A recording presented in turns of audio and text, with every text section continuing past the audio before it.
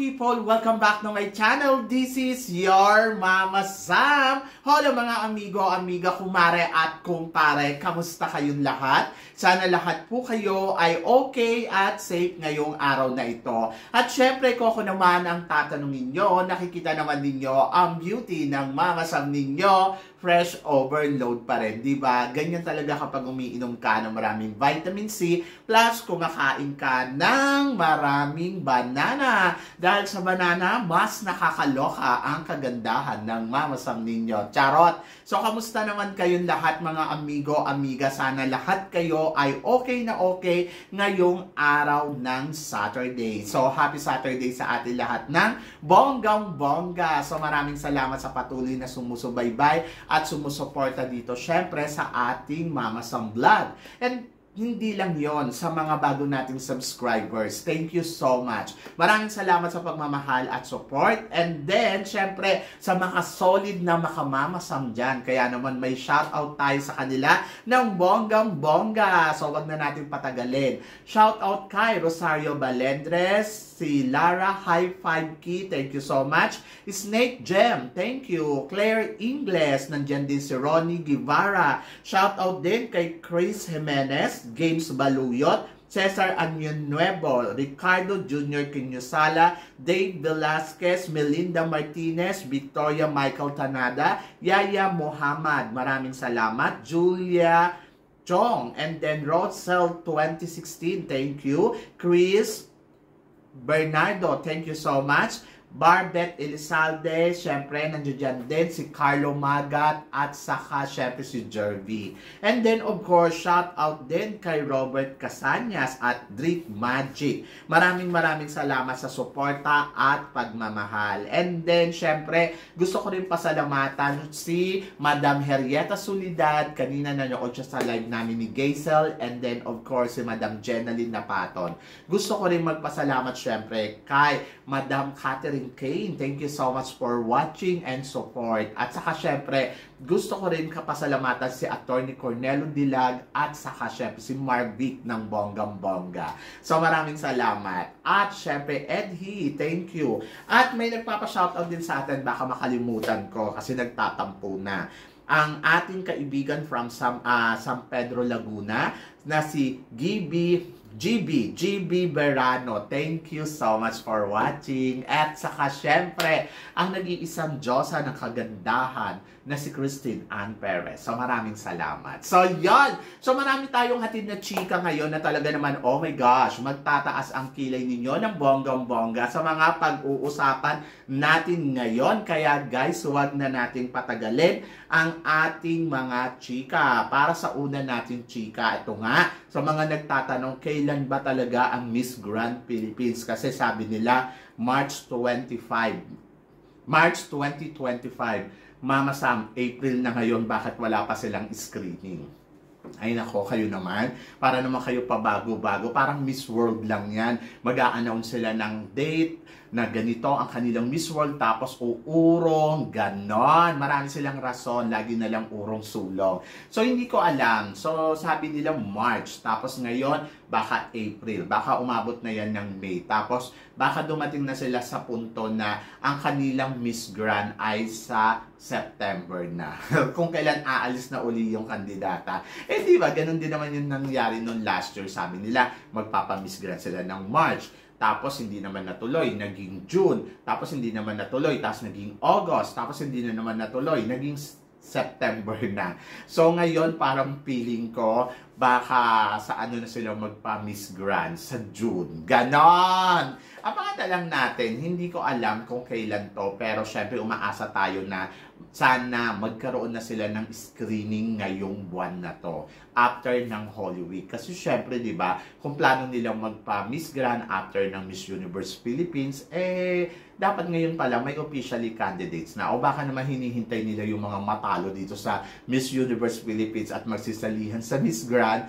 Ayun, so parang estimate ko mga June na yan. So abangan natin, di ba? So yon. Ay ako, excited ako kung sino man yung mga magiging kandidata dyan. Isa dyan sa mga inaabangan ko nga ay si Michelle Arceo na sana magbalik ngayong taon na to dito sa Miss Grand Philippines. Kayo ba guys gusto ninyo? Kasi kung ako ang tatanungin ninyo, yes na yes ako kay Michelle Arceo para sa kanyang laban sa Miss Grand Philippines kung matutuloy siya. Kasi di ba ang ganda naman ng pinakita niya sa Reina Hispano-Americana, so bakit hindi? So kayo ba? And then para naman sa sumunod natin, chika, Miss Charm at Miss Globe nakuha na ng Malaysia. Mama, sa tingin mo, silent killer nga ba sa pageant ang Miss Malaysia? Ayan, sa mga nagtatanong sa akin, para daw inuunti-unti daw ng Malaysia ang kanilang galing pagdating sa beauty pageant. Ako para sa akin, hindi sa inuunti-unti. Dumadating yung tamang panahon para sa kanila, di ba? So at least napapansin yung beauty nila. Nakakuha na sila ng Miss Globe, nakakuha sila ng Miss Charm. Eh baka naman sa susunod, ang makuha na nila ay Miss Grand. Why not? Di ba? So yon. So ako para sa akin, iba ang ganda ng Malaysia ngayon at iba yung ino-offer nila sa mundo ng pageantry. Gusto ko din yung pagiging tahimik nila tapos bigla na lang silang umaarangkada ng bonggang-bongga. So, medyo abangers ako sa mga nagiging kandidata nila at magiging kandidata nila ngayon sa international pageant. Kasi di ba kung nakuha nila ang Miss Charm, kaya din nilang makuha ang ibang pageant. Di ba? So, abangan natin yan. Pero ito nga ang sumunod natin, chika. Vina, paandar ngayon dito sa Thailand. Dahil ang mga tuktok na sasakyan ngayon dito sa Thailand ay pinaglalagyan ng mga mukha ni Vina. Oo, para commercial. Ganon siya gumawa ng ingay. Pa-eksena. Ngayon palang paandar na. So, yung mga tuktok, yung mga kumbaga parang tricycle sa atin. Nako, may mga mukha ng, ano ang tawag dito? Portfolio, parang ganon. Yung tawag dito, sticker ng mukha ni Vina to campaign Vina para sa Miss Universe Thailand. So ngayon pala nararamdaman na natin na talagang lumalaban talaga ang Vina at talagang she try her best, di ba?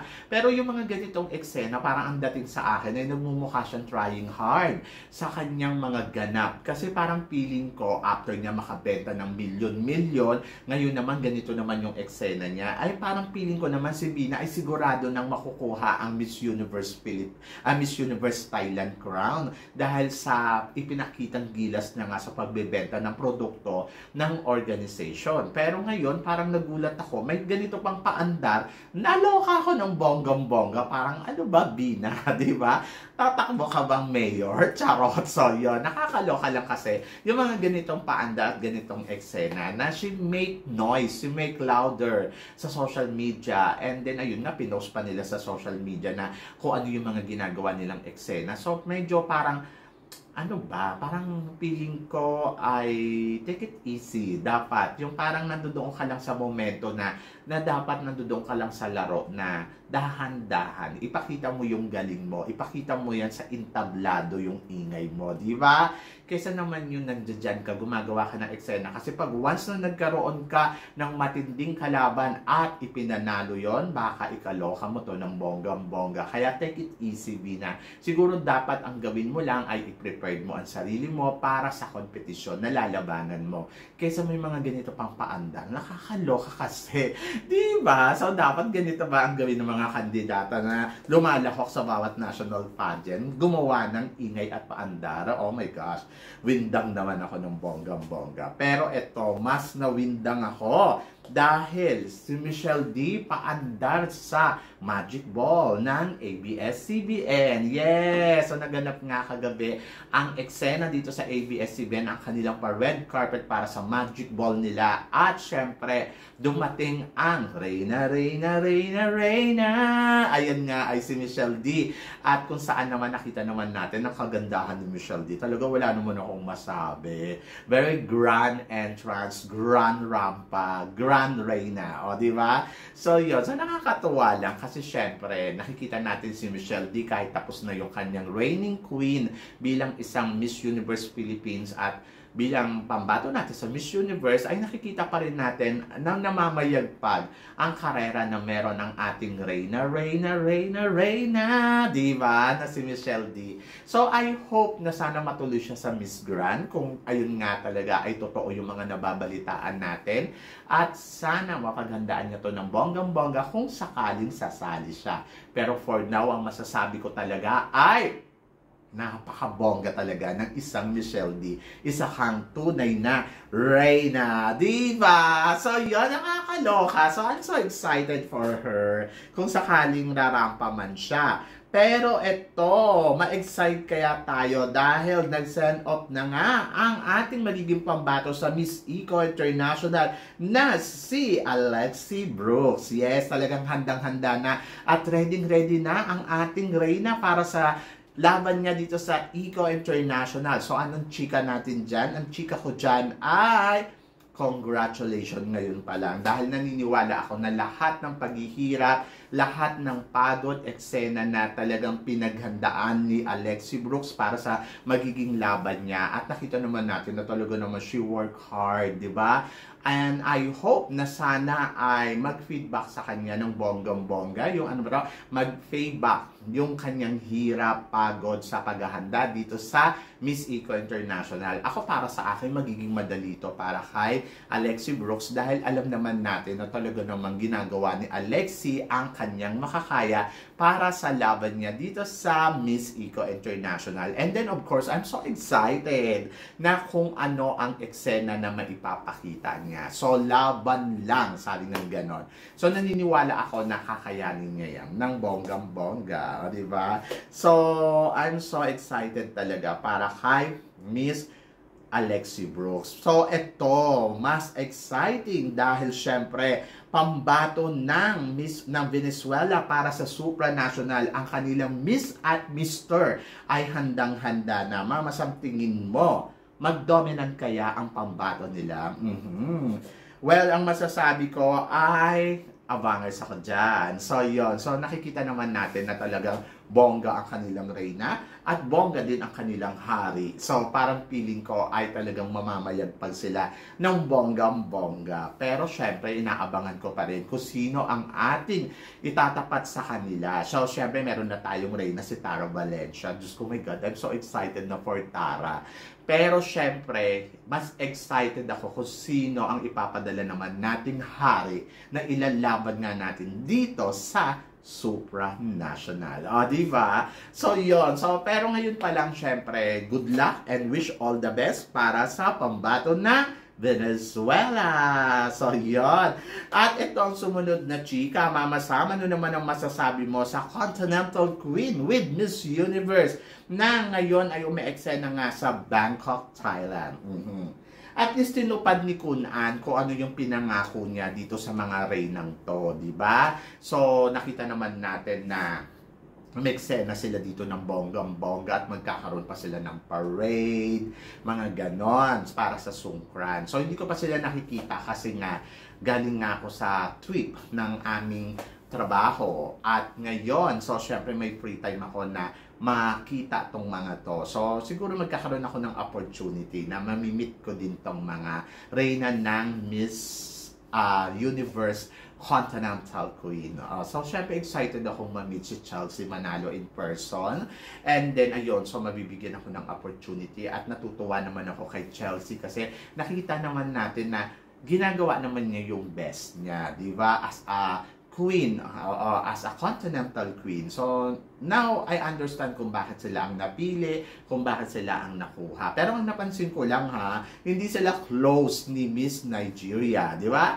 Hindi sila nag-uusap, hindi ko sila nakitang nagbabanding together.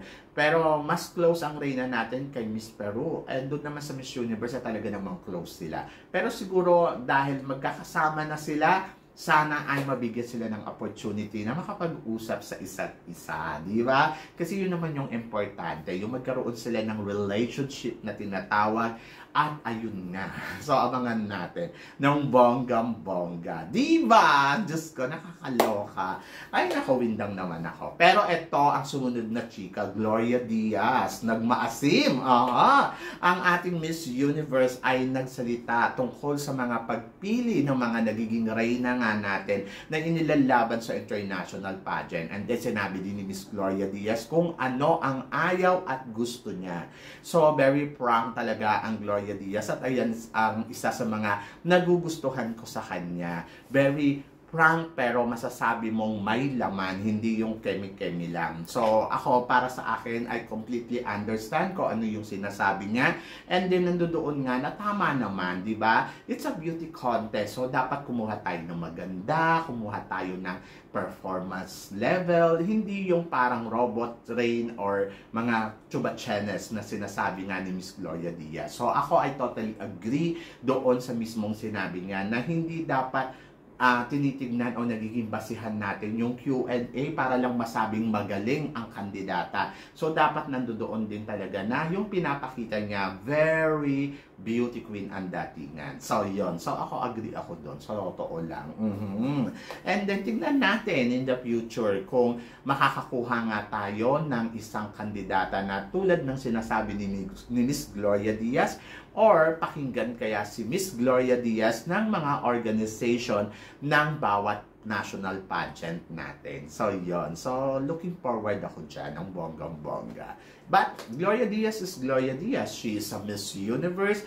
And for me, marami ako natututunan sa mga sinasabi niya kasi napaka-importante sa akin na may natututunan ako sa isang tao. Katulad na ni Madam Gloria Diaz. Marami siyang mga thought na talagang pwede mong i-apply sa sarili mo din. O, di ba? Hindi lang sa beauty pageants, bilang pageant vlogger, and bilang Mama Sam, bilang Sambrusas, ganon. So, yun. So, kaya I love Gloria Diaz. Sa totoo lang. Gusto ko yung pagiging straightforward niya. Gusto ko yung kung paano siya magsalita ng tama. Hindi yung isa siya sa mga hinahangaan ko.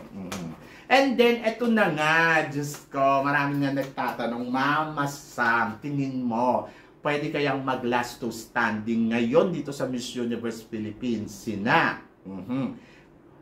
Winwin Marquez and Atisa Manalo. Oo naman. Bakit naman hindi? Nakikita ko yung lakas nila. So, katulad yan, ngayon nandito sila sa Boracay. At sino ba mga nabigyan ng special award dyan? Ang mga nabigyan ng special award, syempre, si Miss Pasay, nako, medyo nakakatakot, di ba? And then, Winwin Marquez, so, isa sa mga nakikita ko talaga na palaban. At ayun nga, consistent siya. Hanggang ngayon, nabibigyan siya ng pansin ng bawat organization, ng bawat sponsor. So, ibig sabihin, panalo dito ang eksena na ipinapakita ni Winwin Marquez. And then, of course, Atisa Manalo. So, alam ko yung iba nakukulangan, alam ko yung iba ayaw, pero, syempre, ibigyan naman natin ng credit yung ipinapakitang eksena at galawan ni Atisa Manalo dito sa competition na Miss Universe. And then, nakikita naman natin na talagang umaarangkada na siya ng bonggang-bongga. At ngayon pa lang masasabi ko, wow! So, gusto ko yung laro ni Atisa Manalo na simple-simplihan lang pero ando doon na nakikita mo umaatake ng bonggang-bongga. And wish all the best para kay Atisa Manalo at sana makuha niya kung ano ang gusto niyang makuha na titulo dito sa Miss Universe Philippines for 2025. So, ang tanong, siya na kaya ang susunod na reyna? So, abangan natin yan ng bonggang-bongga kasi tulad na sinabi ko, si Winwin malakas din. And then, marami pang mga kandidata na nag-uusbungan. So, yun, abangan natin sila. But for now, ikaw ang tatanungin ko, tingin mo, sino kaya ang maglalast to standing sa kanila? So, please comment below para at least malaman ko naman kung ano naman ang chika mo dito sa mga tinatalakay natin. So yun, so syempre maraming salamat sa inyong lahat sa suporta at pagmamahal na binibigay ninyo syempre dito sa channel ko. At sa mga hindi pa po nakaka-subscribe, please don't forget to click like and subscribe my channel. At i-click nyo na rin po ang notification bell para more updated kayo sa aking mga chika. Sabi ng ganon, always keep smiling and always think positive. Walang imposible guys. Magtiwala lang tayo sa kanya. Kaya guys, hanggang dito na lang. Hanggang sa muli nating chikahan. See you tomorrow. Thank you guys.